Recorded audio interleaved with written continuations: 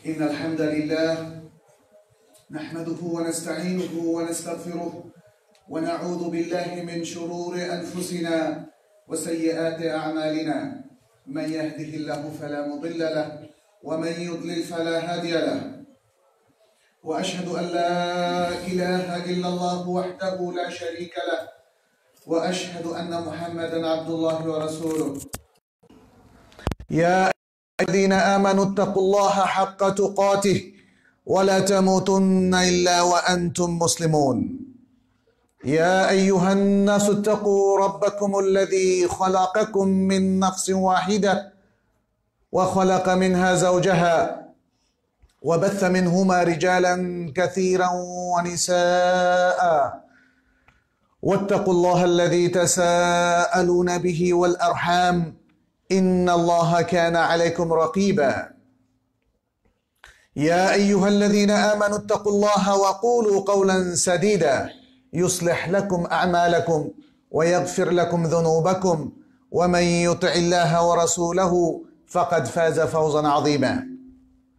أما بعد فإن خير الحديث كتاب الله وخير الهدي هدي محمد صلى الله عليه وسلم وشر الأمور محدثاتها وكل محدثة بدعة وكل بدعة ضلالة وكل ضلالة في النار.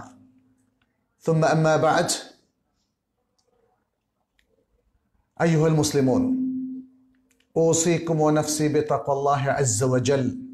فاتقوا الله في أنفسكم، اتقوا الله في جميع شؤونكم، اتقوا الله في زمن الفتنة، اتقوا الله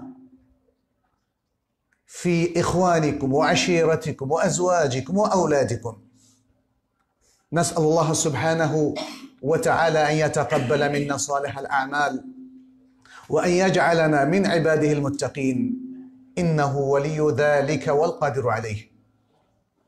عباد الله، سوف نبدأ بإذن الله عز وجل بأحد أحاديث نبينا محمد صلى الله عليه وسلم. فعن عبد الله بن عمرو بن العاص رضي الله تعالى عنهما عن النبي صلى الله عليه وسلم قال: كيف بكم وبزمان يوشك أن يأتي يغربل الناس فيه غربلة وتبقى حثالة من الناس قد مرجت عهودهم وأماناتهم فاختلفوا وكانوا هكذا، وشبك رسول الله صلى الله عليه وسلم بين أصابعه. قالوا: كيف بنا يا رسول الله إذا كان ذلك؟ قال: تأخذون بما تعرفون، تأخذون بما تعرفون وتدعون ما تنكرون وتقبلون على خاصتكم وتذرون أمر عوامكم. رواه ابن ماجه بسند صحيح। একটি হাদিস দিয়ে আমরা আজকের কথা শুরু করছি। রাসূলুল্লাহ সাল্লাল্লাহু আলাইহি ওয়াসাল্লাম বলেছেন, তোমাদের কি হবে যখন এমন একটা জামানা আসবে যখন মানুষকে ছাঁকনি দিয়ে ছাঁকা হবে। কারা ভালো থাকে সেটা নির্ধারণ করার জন্যে, এবং তারপর কিছু খারাপ মানুষ থাকবে যাদের আমানতদারি, যাদের প্রতিশ্রুতি এবং ওয়াদা নষ্ট হয়ে গেছে, বিপর্যস্ত হয়ে গেছে। তারা পরস্পর ইখতিলাফ করবে এবং তারা এইভাবে থাকবে। রাসূল সাল্লাল্লাহু আলাইহি ওয়াসাল্লাম তার আঙ্গুলগুলোর মধ্যে একসাথ করলেন। তখন সাহাবারা জিজ্ঞেস করলেন, ইয়া রাসূলুল্লাহ, তাহলে এমনটি যখন হবে আমাদের কি হবে, আমরা কি করব? তখন রাসূলুল্লাহ সাল্লাল্লাহু আলাইহি ওয়াসাল্লাম বললেন, তোমরা যাকে ভালো হিসেবে জানো সেটি আঁকড়ে ধরে থাকবে। যেটি ভালো, যেটি স্বীকৃত, কোরআন সুন্নাহ ভিত্তিক, যেটি ভালো কাজ, মা'রুফ বলে গণ্য, সেটি তোমরা আঁকড়ে ধরে থাকবে। আর যাকে তোমরা অন্যায় হিসেবে চিহ্নিত করবে, ভুল, দুর্নীতি, অন্যায় কিংবা এরকম আরো যত কিছু আছে অকল্যাণকর, সেটিকে তোমরা পরিত্যাগ করবে এবং তোমরা তোমাদের খাস লোকদের দিকে অগ্রসর হবে, অর্থাৎ আলেম ওলামা যারা ভালো মানুষ, আর সাধারণ বিষয়গুলোকে তোমরা পরিত্যাগ করবে। অনেক কিছু আছে সমাজে চলছে, সেগুলোর মধ্যে সম্পৃক্ত হওয়া যাবে না। যাই হোক, এখানে ফিতনার যুগে আমাদের করণীয় সম্পর্কে কিন্তু দিক নির্দেশনা দেওয়া হয়েছে। মৌলিকভাবে বলা হয়েছে, যখন মানুষের মধ্যে নানা কনফিউশন সৃষ্টি হবে, বিভ্রান্তি, এবং কি করতে পারবে বা পারবে না এমন একটা গোলক ধাঁধা যখন আমাদের সামনে চলে আসবে, মানুষের সামনে চলে আসবে, তখন কি করব? আজকাল অনেকের কাছেই শোনা যায় সেটা, তারা বলেন যে আসলে কি করব? ওলামারা ইখতিলাফ করছেন, মুসলমানরা বিভক্ত, মুসলিম রাষ্ট্রগুলোর মধ্যে অনৈক্য, এবং সেখানে বিভিন্ন দেশে বিভিন্ন সমাজে যারা সব কিছু চালান, তাদের মধ্যে দুর্নীতি, তাদের মধ্যে অন্যায়ের অনুসরণ ইত্যাদি সব কিছু। তাহলে কি করব আমরা? এখানে আসলে আমাদের মুসলিম উম্মার যারা সাধারণ মানুষ, তাদের জন্য একটা সুন্দর দিক নির্দেশনা, কিন্তু সবার জন্য, অর্থাৎ প্রত্যেক প্রফেশনালরা কে কিভাবে করবে সেটা নয়। আমি যদি ভালো থাকতে চাই, কিভাবে ভালো থাকব, এখানে সেই নির্দেশনা কিন্তু দেওয়া আছে। প্রথম বিষয়টাই হচ্ছে মারুফকে চিহ্নিত করা। মারুফ, ইয়ামুরুনা বিল মারুফি ওয়া ইয়ানহাউনা আনিল মুনকার, এটা মুসলিমদের বৈশিষ্ট্য বলা হয়েছে। তাহলে ভালো কাজের নির্দেশ দিবে, ভালো কাজকে গ্রহণ করবে, ভালো কাজকে মেনে চলবে কিভাবে, যদি সে ভালো কাজকে চিহ্নিত করতে না পারে। এবং অন্যায়কে, অথবা যত পাপাচার আছে, মুনকার, যত মুনকারাত, যেগুলো আল্লাহ এবং তার রাসূল সাল্লাল্লাহু আলাইহি ওয়াসাল্লাম অস্বীকার করেছেন, দ্বীনের মধ্যে অন্তর্ভুক্ত করতে তার অস্বীকৃতি জ্ঞাপন করেছেন, সেটা হচ্ছে মুনকার। এই সকল মুনকারাতগুলোকে ত্যাগ করতে হবে। সেখানেও একই প্রশ্ন, চিহ্নিত করতে হবে আগে, তারপরে ত্যাগ করবে। এই দুটো কাজ চিহ্নিত করার জন্য কি লাগবে আমাদের? ইলম। ইলম। মারুফ, আমি যেটাকে ভালো মনে করি সেটাই মারুফ নয়। আল্লাহ এবং তার রাসূল সাল্লাল্লাহু আলাইহি ওয়াসাল্লাম যেটাকে ভালো হিসাবে স্বীকৃতি দিয়েছেন সেটাই হচ্ছে ভালো। অতএব নিজের ইচ্ছা মতো মারুফকে চিহ্নিত করা যাবে না, যা ইচ্ছা তাকেই হালাল বলে ঘোষণা দেওয়া যাবে না, সঠিক বলে নির্ধারণ করা যাবে না। আপনি এই এলাকার প্রভাবশালী ব্যক্তি, আপনি একটা জিনিস প্রচলন করলে সেটা মানুষের কাছে হয়তো পরিচিত হয়ে যায়, মানুষ হয়তো, অনেক মানুষ তাতে সম্পৃক্ত হয়। বিভিন্ন জায়গায় আমরা দেখি যে অনেক অবৈধ ব্যবসা, বিভিন্ন সিন্ডিকেট, মানুষ, অধিকাংশ মানুষ অভ্যস্ত হলেও সেটা আসলে সত্যিকার অর্থে কোরআনের দৃষ্টিতে মারুফ নয়। মারুফ শব্দের শাব্দিক অর্থ হচ্ছে যেটা সকলেই জানে, known to all, সকলেই জানে। আসলে ইসলাম মনে করে যে ভালো কাজগুলোই সকলের জানা থাকা উচিত, কিন্তু একটা খারাপ কাজ সবার কাছে known হয়ে যাবে এবং সবাই সম্পৃক্ত হবে, এটা উচিত নয়। কিন্তু যে কারণে আমরা বলছি, এটা হলো জামানুল ফিতনা অথবা জামানুল ফিতান।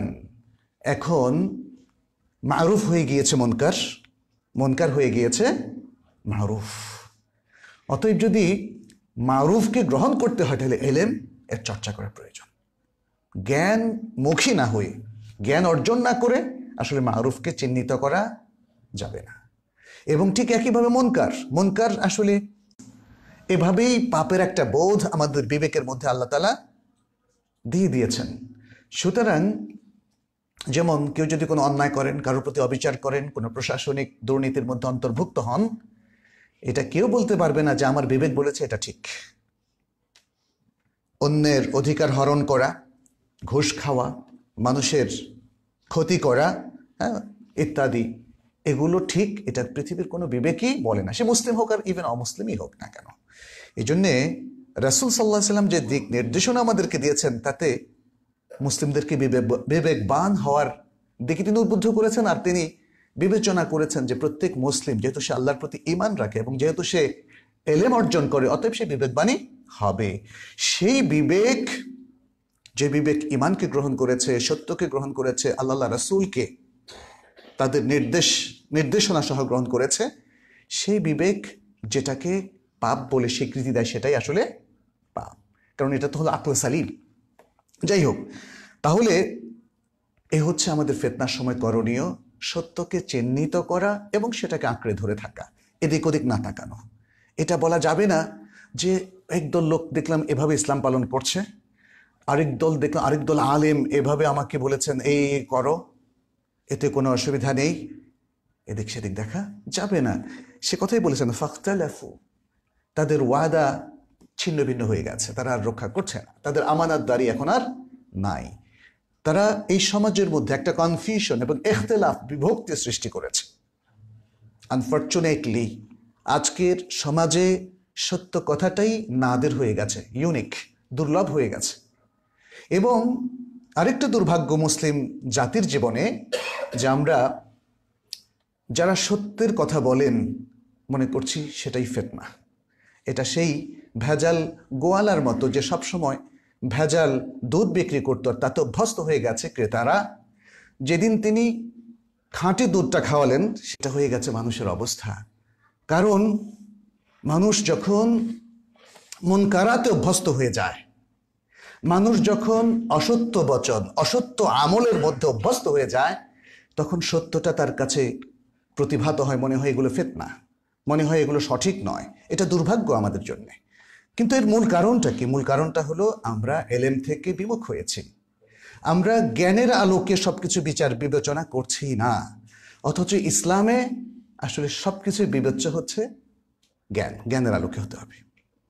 আমরা যে কথায় কথা বলি যে এই কথার দলিল কি, দলিলটা হচ্ছে জ্ঞান। দলিল জিজ্ঞেস করা এটা বিধেয়, এটা কর্তব্য। মুসলিম তার প্রত্যেকটা আমল দলিলের আলোকে করবে, মানে জ্ঞানের আলোকে করবে। দলিলটা হয়তো কোরআনের অথবা হাদিসের হবে, এতে কোনো অবাক করার বিষয় নেই।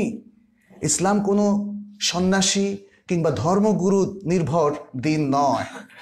মুসলিমের প্রত্যেকের অধিকার আছে জ্ঞান অর্জন করার, প্রত্যেকেরই অধিকার আছে প্রত্যেকটা হুকুমের পিছনে দলিল কি সেটা জিজ্ঞাসা করার, এবং প্রত্যেকেরই অধিকার আছে সহি দলিল অনুসরণ করার। এটা সেরকম ধর্মমত নয় যেখানে ধর্মীয় ব্যক্তিত্ব যেটা বলবেন সেটা সবাই অবধারিত করে নেবে। এবং আমরা জানি, ইতিহাস সাক্ষী, যে ধর্মগুরুরা যখন প্রশ্নের ঊর্ধ্বে চলে গেছে এবং আওয়াম তাদেরকে অন্ধভাবে তাকলিদ করা শুরু করেছে, তখনই তাদের মধ্যে আল্লাহর কিতাবে হাত দেওয়ার মতো প্রবণতা সৃষ্টি হয়েছে। এটা ইহুদিদের মধ্যে ঘটেছে, এটা নাসারাদের মধ্যে ঘটেছে, এটা সকল ধর্মমতের লোকদের মধ্যে ঘটেছে। এমনকি মুসলিমদের মধ্যেও এটা ঘটেছে, যখন কোনো কোনো এলাকায় মুসলিমরা তাদের গুরুদেরকে এতটাই মর্যাদা দিয়েছে যে তাকে আর কোনো প্রশ্ন করা যাবে না। ফলে তিনিও এটাকে অবধারিত করে নিয়েছেন। যে ব্যক্তি কোনো প্রশ্ন করেন তাকে তিনি বলেন যে এর আদব কায়দা নেই। অথচ প্রশ্ন তো বিনয়ের সাথে করা যায়। বিনয়ের সাথে প্রশ্ন করলে আমরা যে কেউ উত্তর দেওয়াটাই আমাদের জন্য বিধেয়। কেন উত্তর দেব না? রাসূলুল্লাহ সাল্লাল্লাহু আলাইহি সাল্লামের কাছে সাহাবায়ে কেরাম যত প্রশ্ন করেছেন প্রত্যেকটার উত্তর তিনি দিয়েছেন। তবে কখনো কখনো প্রশ্নের মধ্যে যদি আরও বেশি আদব লেহাজের পরিচয় থাকা উচিত ছিল সেটা তিনি বলে দিয়েছেন। অনেক ক্ষেত্রে সেটা তিনি বলে দিয়েছেন এবং তাম্বিহ করে দিয়েছেন, অধিক প্রশ্ন করো না। পূর্ববর্তী জাতিগুলো ধ্বংস হয়ে গেছে অধিক প্রশ্ন করে। অধিক প্রশ্ন মানে কি? অপ্রয়োজনীয় প্রশ্ন। ইসলাম অপ্রয়োজনীয় কাজে লিপ্ত হতে আমাদেরকে নিষেধ করে, বাধা দেয়। ফলে আমরা করব প্রয়োজনীয় প্রশ্ন, জানার জন্য প্রশ্ন, জ্ঞানের শেয়ারিং। প্রশ্নটাও জ্ঞানের শেয়ারিং, উত্তরটাও জ্ঞানের শেয়ারিং। যাই হোক, তো আমি এই ফিতনার যুগে আসলে আমাদের আজকে একটা দিকের করণীয় সম্পর্কে আলোচনা করব, যেহেতু সংক্ষেপেই আমরা শেষ করব ইনশাআল্লাহ। সেটি হচ্ছে, এ যুগের বড় ফিতনার মধ্যে একটা ফিতনা হচ্ছে আইটি বেসড ফিতনা, ডিজিটাল ইনস্ট্রুমেন্ট বেসড ফিতনা, সোশ্যাল নেটওয়ার্ক বেসড ফিতনা। এই ফিতনাগুলো আমার কাছে মনে হয় আমাদের সবাইকে আক্রান্ত করেছে। আমাদের শিশু থেকে আরম্ভ করে বৃদ্ধ পর্যন্ত, কিশোর কিশোরী, তরুণ তরুণী, ছাত্র ছাত্রী, স্বামী স্ত্রী, পৌঢ়া, বৃদ্ধ বৃদ্ধা, সবাইকে আক্রান্ত করেছে। আমরা যখন বাসে উঠি অথবা ট্রেনে চলি কিংবা রাস্তায় হাঁটি অথবা ইভেন পার্কে মর্নিং ওয়াক করি, সবার হাতে দেখি অ্যান্ড্রয়েড ফোনটা আর টিপাটিপি চলছে। কেউ হয়তো সেখানে ফেসবুকিং করছেন, কেউ টুইট করছেন, কেউ হয়তো ইন্টারনেটে ব্লগিং করছেন, কেউ হয়তো কোনো ওয়েবসাইট ব্রাউজ করছেন, কেউ হয়তো at the same time YouTube দেখছেন, খুব কম সংখ্যক লোক হয়তো ইসলাম টিউব দেখছে। এভাবে কেউ কোনো না কোনো কাজে ব্যস্ত আছেন, বাট কেন্দ্রবিন্দু হচ্ছে এই ছোট্ট এই ইনস্ট্রুমেন্টটা। আমরা কি কখনো ভেবে দেখেছি যে রাসূল সাল্লাল্লাহু আলাইহি সাল্লাম এই যে চমৎকার সব ইনস্ট্রাকশন এবং দিক নির্দেশনা আমাদের জন্য রেখে গেলেন, সেটা আমরা ফলো করছি কিনা, এটা কি কখনো ভেবে দেখেছি? আজকে সে সম্পর্কে অল্প কিছু কথা, টিপস আমি আপনাদের সাথে শেয়ার করব। খুব জরুরি এটা, কারণ আজকে এই ছোট্ট যন্ত্রটা আমাদের জন্য অনেক উপকারী। যখন আমরা এটাকে সেলফোন হিসাবে ব্যবহার করি, যখন আমরা এর মধ্যে আরও অনেকগুলো আমরা জানি যে মানে কাজের অনেকগুলো অ্যাপস আছে, ক্যালকুলেটর আছে, রেকর্ডার আছে, এবং আরও অনেকগুলো ভালো লেকচার শোনার মতো এখানে মেমোরি আছে, ইত্যাদি অনেক কিছু আছে। তো আমরা কোনটা বেশি করি অনেক সময় সেটা ভুলে যাই, এবং একটু অসচেতনতার কারণে আমরা অনেক সময়ই ভুল বিভ্রান্তির মধ্যে লিপ্ত হয়ে যাই। সুতরাং এক্ষেত্রে বিশেষ করে আমাদের মেয়েরা, আমাদের মুসলিম ফ্যামিলির অধিকাংশ মহিলারাই কর্মজীবী নয়, তার হাউস ওয়াইফ।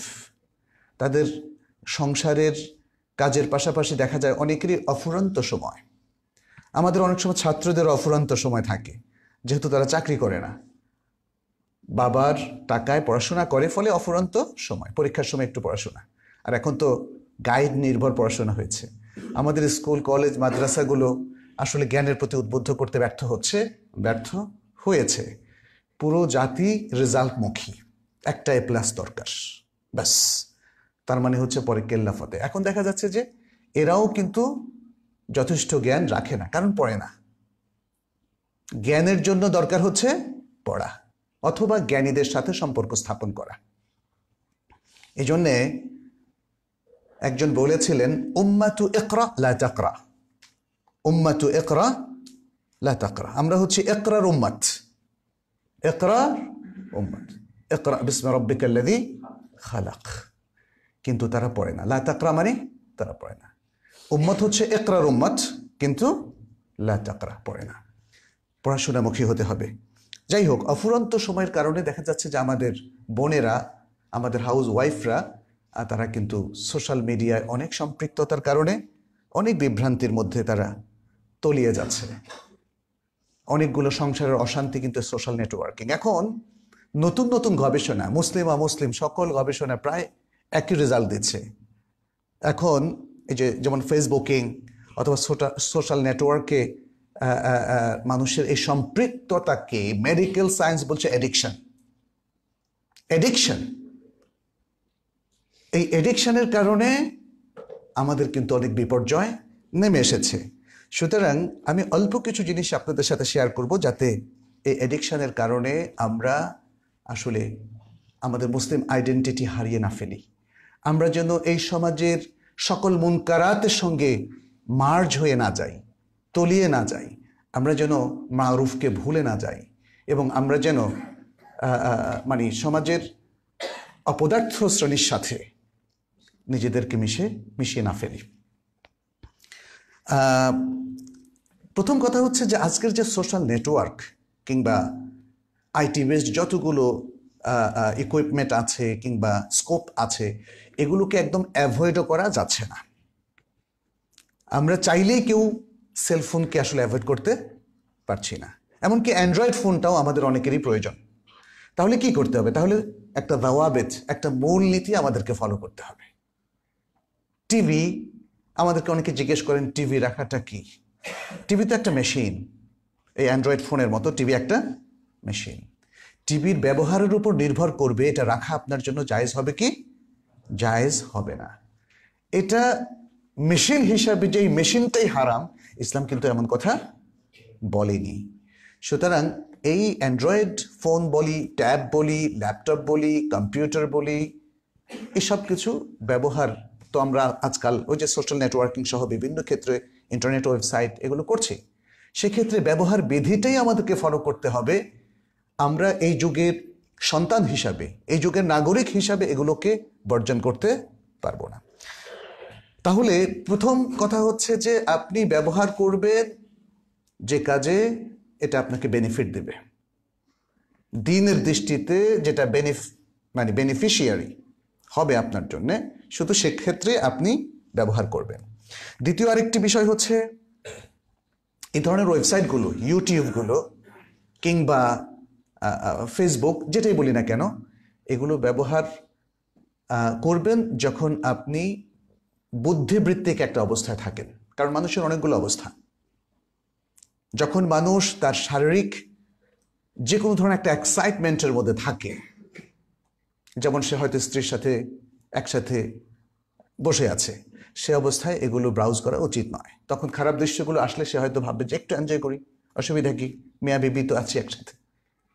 এভাবেই কিন্তু তার সামনে খারাপের পথটা ওপেন হয়ে যায়। কিংবা এটা অনেক সময় তরুণদের হতে পারে, ছাত্রছাত্রীদেরও হতে পারে। রাসূল সাল্লাল্লাহু আলাইহি ওয়াসাল্লাম তো এই জন্যই বলেছেন, ইয়া মা'শারা শাবাব মান ইসতাতা'a মিনকুমুল বা'ata ফালিয়াতাযাওয়াজ ফাইন্নাহু আগাদ্দু লিলবাসার ওয়া আহসানু লিলফারজ ওয়া মান লাম ইয়াসতাতি' ফা'আলাইহি বিস-সাওম। হাদিসুন মুত্তাফাকুন আলাইহি। যারা বিবাহের সামর্থ্য রাখে না তাদেরকে সিয়াম পালন করতে বলেছেন।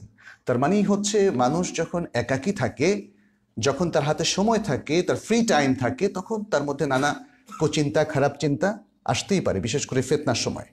এর যে উপকরণ অনেক বেশি। কারণ এখন তো দেখা যাচ্ছে খুদে গানরাজ, খুদে নাট্যরাজ, খুদে কত কিছু, শিশু কিশোর, আবার এখন আমাদের মেয়েদেরকে নানাভাবে ইনভলভ করা হচ্ছে সংক্ষিপ্ত পোশাকে, সে ফুটবলে হোক, অন্যান্য খেলাধুলায় হোক, ভারোত্তোলন কিংবা নানা ধরনের প্রতিযোগিতা। এরপরে তো এখন দেখা যাচ্ছে যে ছেলেদের ক্ষেত্রে এত প্রতিযোগিতা নাই যেটা মেয়েদের ক্ষেত্রে আছে। যেমন মিস ওয়ার্ল্ড, মিস ইউনিভার্স, তারপরে দেখলাম যে আরো কয়েকটা প্রতিযোগিতা আসলে ব্যানার বহনকারী মহিলা, ব্যানার বহনকারী ছেলে কিন্তু নাই আবার এখানে। তার মানে হচ্ছে মেয়েদেরকে দিয়ে সারা বিশ্বকে নষ্ট করার, চারিত্রিকভাবে ধ্বংস করার যে কনস্পিরেসি শুরু হয়েছে, মুসলিমরা আমরা কিন্তু এগুলো ভুলে যাচ্ছি। কারণ এই প্রতিযোগিতাগুলো আজকে মুসলিম দেশগুলোতেও হচ্ছে, অ্যাকসেপ্ট করে নিয়েছে দেশের যারা হত্যাকর্তা সকলেই। এটা কিন্তু ভয়ঙ্কর। আজকে ইউটিউবে মুসলিমদেরকে দেখা যায়, সেদিন দেখলাম একজন বলছে আপনারা বলছেন এটা হারাম এটা হালাল, কত কিছুই তো হারাম হালাল আছে, সেগুলো নিয়ে কথা বলেন না, শুধু ফ্রি মিক্সিং আর গেট টুগেদার নিয়ে কথা বলেন কেন? সে বলছে যে গেট টুগেদারের তো অসুবিধা কি, এটা ইসলামে হারাম, ইসলামে কত কিছু হারাম, তাই বলে আমরা চুপ করে থাকবো তা তো নয়। ইন্না লিল্লাহি ওয়া ইন্না ইলাইহি রাজিউন, এটা ভয়ঙ্কর। এভাবে সবকিছু কিন্তু আমরা অভ্যস্ত হয়ে যাচ্ছি।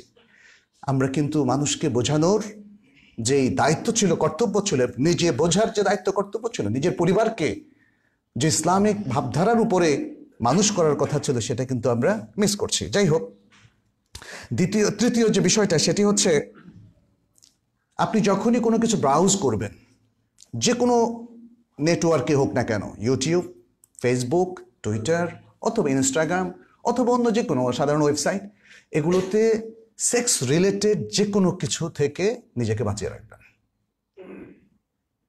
এই জিনিসটা খুব খেয়াল রাখতে হবে। কারণ যখনই একটা কিছু এসে যাবে, তখনই দুর্বল ইমানের লোকেরা বলবে দেখি তো একটু, এবং এভাবেই সম্পৃক্ত হওয়া শুরু হয়, বিশেষ করে অল্প বয়সীদের ক্ষেত্রে। চতুর্থ হলো, ফ্রি টাইমে সোশ্যাল নেটওয়ার্কিং করবেন না। কারণ ফ্রি টাইমটা, আপনি ভাববেন যে টাইমটা কাটায়, আপনার ফ্রি টাইম আছে কত, 2 ঘন্টা। এই 2 ঘন্টা আপনি দেখবেন যে বুদ্ধিবৃত্তিক জিনিসগুলো ভালো লাগে না, ভালো লাগে খারাপ জিনিসগুলো। ফলে আপনি একবার যখন ইনভলভ হবেন এবং শেষে আপনি দেখবেন ফ্রি টাইম ছিল 2 ঘন্টা, কিন্তু আপনি এই নেটওয়ার্কে ছিলেন 4 ঘন্টা বা 5 ঘন্টা, অথবা রাত্রি কভার করে দিলেন। অনেকের ক্ষেত্রে তাই হয়। এগুলো এইভাবেই ডিজাইন করা হয়েছে যাতে মানুষ একবার ঢুকলে সে এডিক্টেড হয়ে যায়। এই জন্যই এখন মেডিকেল সায়েন্স এটাকে এডিকশন বলা হচ্ছে। কম্পিউটার বাসায় যদি কেউ রাখেন, অথবা ল্যাপটপ বাচ্চাদের ব্যবহারের জন্য, মেয়েদের ব্যবহারের জন্য, অথবা অন্যদের ব্যবহারের জন্য, তাহলে এটাকে স্পেশাল কোনো রুমে রাখবেন না। এটাকে রাখতে হবে বাসার ওপেন জায়গাতে। ওপেন জায়গাটা কি? যেমন ড্রয়িং রুমে অথবা ডাইনিং রুমে। আপনার ছেলেমেয়েরা আপনার সামনে ব্রাউজ করবে, ওরা যেন গেট লক করে ব্রাউজ না করতে পারে। এটা মনে রাখতে হবে। পৃথিবীর সবচেয়ে ভালো ছেলেটা, ভালো মেয়েটা, তার সামনে, সে তো না চাইতে তার সামনে এমন কিছু দৃশ্য চলে আসে, ফলে তার বিভ্রান্ত হওয়ার সুযোগ আছে। এরপরে আমরা বলবো, এই ফিতনার সময়ে ডিজিটাল এই বিষয়গুলোর ব্যাপারে সতর্কতার সাথে সাথে আমাদের আরো কিছু করণীয়। সেটি হচ্ছে, আমরা যাদের সাথে মিশছি তারা যেন ভালো হয়। কাদের সাথে আমরা মিশছি? আমি, আমার বন্ধুবান্ধব কারা, আমার সন্তানদের বন্ধুবান্ধব কারা, এটা খুব ইম্পর্টেন্ট। এই জন্য আস-সুহবা আস-সালেহা, এটা মনে রাখতে হবে। আমি সংক্ষেপ করছি, আস-সুহবা আস-সালেহা, এটা খেয়াল রাখতে হবে যেন সর্বাবস্থায় যাদের সাথে আমি মিশছি, যাদের সাথে আমি ফ্রি টাইম কাটাচ্ছি, যাদের সাথে আমি পিকনিকে যাচ্ছি, যাদের সাথে আমি ঘোরাফেরা করছি, বিকালে গসিপ করছি, কিংবা রেস্টুরেন্টে বসে খাচ্ছি, ফাস্ট ফুডের দোকানে যাচ্ছি, মনে রাখতে হবে তারা যেন ভালো হয়। আমার এই কথা থেকে আবার ভাববেন না যে ফাস্ট ফুডকে আমরা সমর্থন করি, না, এটা কথার কথা বললাম। ফাস্ট ফুড কালচারকে আমাদের অ্যাভয়েড করা উচিত। আচ্ছা, এরপরে যে জিনিসটা আমাদের খেয়াল করা উচিত সেটি হচ্ছে, যত খারাপ চিন্তা আসে সেগুলোকে সাথে সাথে প্রিভেন্ট করা, প্রতিরোধ করা।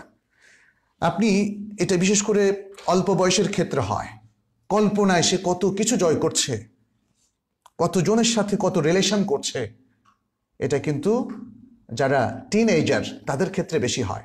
আর অনেক সময় বয়স্কদের ক্ষেত্রে হতে পারে। এই কল্পনাকে কন্টিনিউ করা যাবে না। আস্তাগফিরুল্লাহ পড়ে, আউযু বিল্লাহি মিনাশ শাইতানির রাজিম পড়ে আল্লাহর কাছে আশ্রয় নিতে হবে।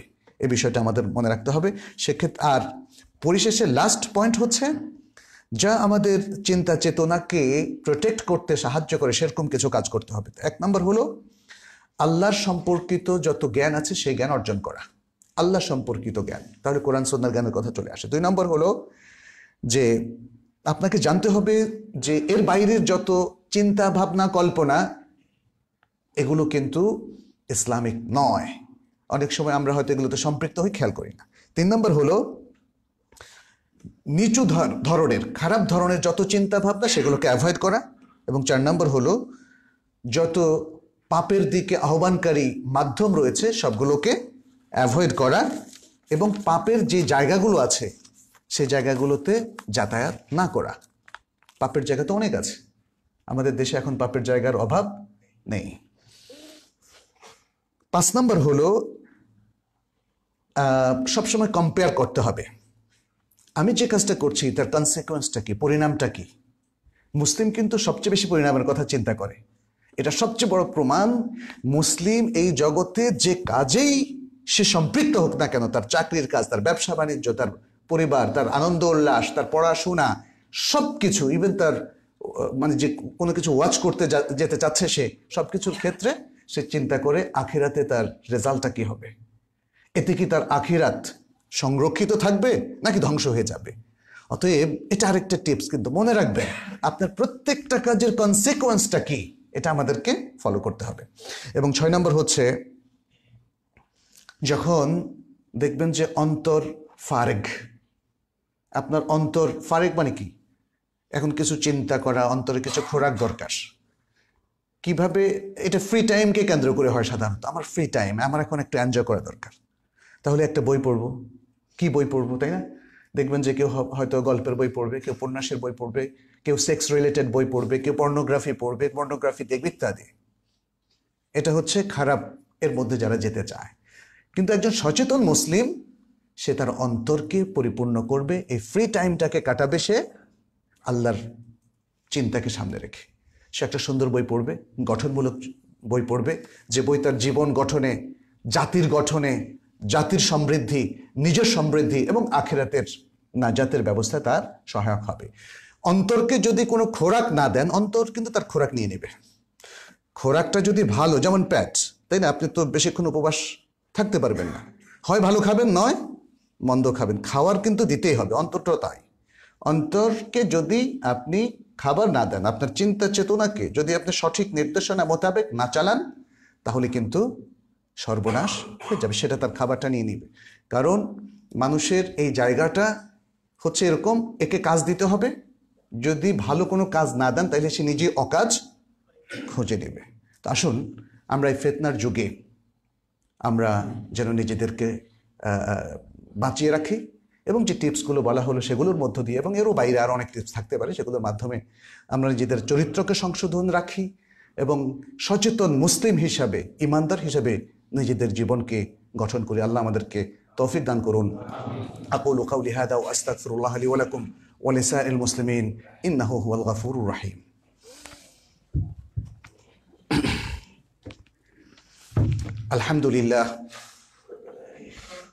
আলহামদুলিল্লাহ রাব্বিল আলামিন ওয়াল আকিবাতু লিল মুত্তাকিন ওয়া লা উদওয়ানা ইল্লা আলাল যালিমিন ওয়াসসালাতু ওয়াসসালামু আলা নাবিয়িনা মুহাম্মাদিন ওয়া আলা আলিহি ওয়া আসহাবিহি আজমাইন।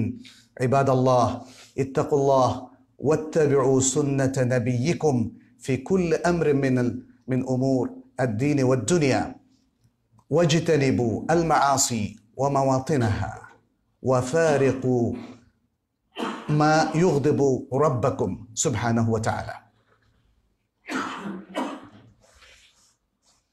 আপনাদের প্রতি আমাদের একান্ত আহ্বান হচ্ছে, আইয়ুহাল ইখওয়া, আসুন আমরা এই শেষ জামানায় যারা অবস্থান করছি, আসুন আমরা প্রত্যেকেই আমাদের ঈমানকে বলিয়ান করি, যে কোনো ফিতনা ফাসাদ থেকে নিজেদেরকে রক্ষা করি, এবং একজন সচেতন মুসলিম হিসাবে কি আমাদের করণীয় এবং কি আমাদের জন্য বর্জনীয়, যেটি আল কোরআন এবং আস-সুন্নাহ আমাদের সামনে পেশ করেছে, সে আলোকে জীবনকে গঠন করি। আর যত স্কোপগুলো তৈরি হয়েছে আধুনিক বিজ্ঞানের কল্যাণে অথবা ব্যবসায়ীদের কল্যাণে, যারা পৃথিবীতে নানা সুযোগ সুবিধা ছড়িয়ে ছিটিয়ে দিচ্ছে যাতে সবাইকে তার ইচ্ছাই হোক আর অনিচ্ছাই হোক ইনভলভ করতে পারে, সে সমস্ত ক্ষেত্রে যত ফিতনা ফাসাদ তৈরি হয়েছে, যা দিয়ে আসলে বর্তমান যুগের অধিকাংশ ব্যবসায় চলছে, সে থেকে নিজেদেরকে সচেতনভাবে রক্ষা করি। আল্লাহ আমাদের সকলকে তৌফিক দান করুন। আল্লাহ আমাদেরকে হেদায়েত দান করুন। আল্লাহ আমাদেরকে কোরআন এবং সুন্নাহ ভিত্তিক জীবন গড়ার তৌফিক দান করুন। যাবতীয় মুনকারাত, মাআসি এবং আথাম থেকে আল্লাহ তাআলা আমাদেরকে রক্ষা করুন। যে কোনো মন্দ এবং অকল্যাণকর যে পথ রয়েছে, যে মত রয়েছে, যে মতবাদ রয়েছে, যে শিরিক এবং বেদাআত রয়েছে, এবং পাশাপাশি পাপের যতগুলো স্থান রয়েছে, আল্লাহ সেগুলো থেকে আমাদেরকে রক্ষা করুন। হাদা ওয়া সাল্লু ওয়া সাল্লিমু আলা নাবিয়িনা মুহাম্মদ। ফাকাদ ক্বালা আল্লাহু সুবহানাহু ইন্নাল্লাহা ওয়া মালাইকাতাহু ইউসাল্লুনা আলান নবী ইয়া আইয়ুহাল্লাযীনা আমানু সাল্লু আলাইহি ওয়া সাল্লিমু তাসলিমা। ওয়া ক্বালা আন-নবী সাল্লাল্লাহু আলাইহি ওয়া সাল্লাম মান সাল্লা আলাইয়া মারাতান সাল্লাল্লাহু আলাইহি বিহা আশারা। আল্লাহুম্মা সাল্লি ওয়া সাল্লিম ওয়া বারিক ওয়া আন'im على نبينا محمد. وارض اللهم عن الصحابة أجمعين وعن الخلفاء الراشدين وعنا معهم بعفوك وكرمك يا أكرم الأكرمين. اللهم أعز الإسلام والمسلمين، اللهم أعز الإسلام والمسلمين واخذل الكفر والكافرين يا رب العالمين. اللهم تقبل منا ومن المسلمين يا رب العالمين. اللهم أصلح لنا ديننا الذي هو عصمة أمرنا، وأصلح لنا دنيانا التي فيها معاشنا، وأصلح لنا آخرتنا التي إليها معادنا. اللهم اشفنا واشف مرضانا ومرضى المسلمين. اللهم اشفنا واشف مرضانا ومرضى المسلمين. اللهم فرج هم المهمومين من المسلمين. اللهم تقبل من المسلمين يا رب العالمين. اللهم ارحم موتى المسلمين يا رب العالمين. يا الله তোমার কাছে আমরা সবার জন্য তৌফিক কামনা করছি। আমাদের সকলকে সত্য এবং ন্যায়ের দিকে তৌফিক দাও, তোমার দ্বীনের উপর থাকার তৌফিক দাও। ইয়া আল্লাহ, যারা আমাদের আত্মীয় স্বজন মারা গিয়েছেন এবং আমার কাছেও যারা আজকে দোয়া চেয়েছেন, অনেক ভাইরা দোয়া চেয়েছেন, তাদের মৃত আত্মীয় স্বজনের জন্য দোয়া চেয়েছেন। এবং এখানে আমি যখন প্রথম জুমায় সালাতের জন্য আসি, সালাতুল জুমার জন্য আসি, তখনও যারা আমার সাথে হাত মিলিয়েছেন, এদের মধ্যে অনেকেই তারা এই পৃথিবী থেকে চলে গিয়েছেন, আল্লাহ সান্নিধ্যে চলে গিয়েছেন। আমি সবার জন্য দোয়া করছি, আল্লাহ যেন তাদেরকে রহম করেন। তাদের যারা মারা গিয়েছেন প্রত্যেককে আল্লাহ জান্নাতুল ফেরদাউস প্রদান করেন। আর আমরা যারা আছি তারা যেন সেই জান্নাতের জন্য যত সকল আমল রয়েছে সব আমল করার তৌফিক আল্লাহর কাছে পাই। আল্লাহর কাছে সামর্থ্য কামনা করছি। আল্লাহ যেন আমাদের সবাইকে সুস্থ রাখেন, আমাদের রোগীদের আরোগ্য দান করেন, আমাদের বিপদগ্রস্তদের বিপদ দূর করেন, আমাদের মুসলিম ভাই বোনদের মনের বৈধ আশা আল্লাহ যেন পূরণ করেন। আল্লাহর কাছে কায়েমুন মাক্কেশে দোয়া করছি। আমরা এই মসজিদের জন্য দোয়া করছি, আল্লাহ যেন এই মসজিদকে কবুল করেন। এখানে যে শিক্ষা প্রতিষ্ঠান রয়েছে আল্লাহ যেন তাকেও কবুল করেন। এই মসজিদের শিক্ষা প্রতিষ্ঠান এবং এর কার্যক্রমের মাধ্যমে আল্লাহ যেন এই জনপদকে আলোকিত করেন। আল্লাহ যেন যারা এখানে সালাত পড়তে আসছেন এবং যারা আশেপাশে রয়েছেন এই জনপদের সকলকেই আল্লাহ যেন পূর্ণ হেদায়েতের উপর রাখেন, পূর্ণ ঈমান নসিব করেন, আমাদের আমলগুলোকে আল্লাহ কবুল করেন। اللهم تقبل منا إنك أنت السميع العليم وتب علينا إنك أنت التواب الرحيم. سبحان ربك رب العزة عما يصفون وسلام على المرسلين والحمد لله رب العالمين. عباد الله، إن الله يأمر بالعدل والإحسان وإيتاء ذي القربى وينهى عن الفحشاء والمنكر والبغي يعظكم لعلكم تذكرون. فاذكروه يذكركم واشكروه يزدكم ولذكر الله أكبر والله يعلم بما تصنعون. وأقيموا الصلاة.